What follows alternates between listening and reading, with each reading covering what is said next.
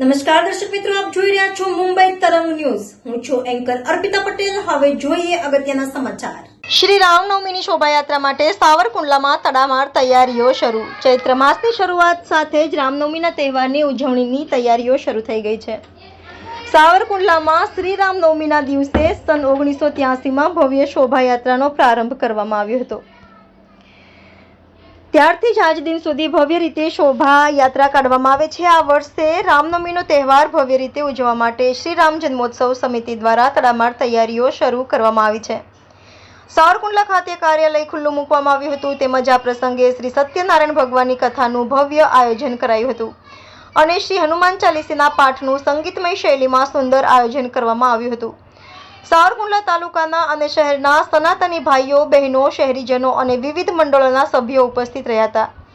શ્રી રામ જન્મોત્સવ સમિતિ દ્વારા રામનવમીના દિવસે ભવ્ય અને દિવ્ય શોભાયાત્રાનું આયોજન કરવામાં આવશે. સાવરકુંડલાના તમામ સમાજ સંસ્થાઓ અને મંડળો દ્વારા શોભાયાત્રા રૂટ પર શરબત, છાશ, લચ્છી તેમજ પાણી અને અન્ય સામગ્રીના સ્ટોલ ઊભા કરવામાં આવશે.